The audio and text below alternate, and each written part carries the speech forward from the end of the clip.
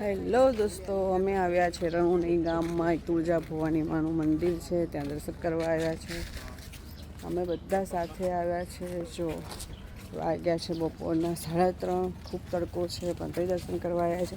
તમને તુળજા ભવાનીના દર્શન કરાવીએ. બહુ સરસ મંદિર છે, એકદમ સુંદર.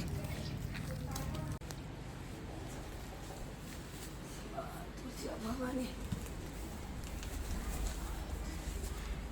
હે ભવાની